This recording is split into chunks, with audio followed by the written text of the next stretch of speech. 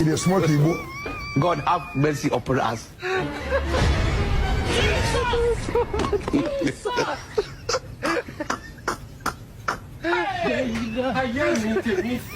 Fear Kenyans. Na kuambia hii maneno ya hospitali yenye tunataka kujijengea ina trend all over.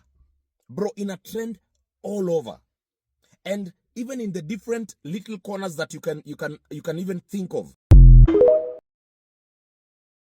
Changamoto ya Waafrika huwa tunamtambua mtu na kumsifia akishakufa. Akiwa hai tutamsema, tutamloga, tutamkalia vikao, tutamsema kila aina ya mabaya. Alafu wale waliokuwa wanamsema akiwa hai, siku akifa ndo wa kwanza kumsifia marehemu. Marehemu alikuwa mtu mwema sana, alikuwa na upendo sana. Msifie mtu akiwa hai. Sasa akishakufa hata ungesifia ni kazi bure, unajifurahisha machoni pa watu. Lakini pia Waafrika tuache unafiki. Zambi ya unafiki inatumaliza Waafrika. Kweli yako iwe kweli na hapana yako iwe hapana. Kibaya zaidi, hata sisi tunaosali, Mungu alitegemea tuwe nuru ya dunia, tuwe chumvi ya dunia, lakini na sisi baadhi wamefika mahali akiwa kanisani ameokoka, akiwa mtaani ni mnafiki namba moja. Mungu atusaidie sana, na atusaidie kuombeana na kutiana moyo na kupongezana inapobidi na kuombeana katika jina la Yesu. Tusisubiri mpaka watu wafe ndio tuwajengee minara. No, mpongeze, mwambie Mungu akubariki, mtie moyo akiwa bado hai. Tuache unafiki. Sawa watu wa Mungu.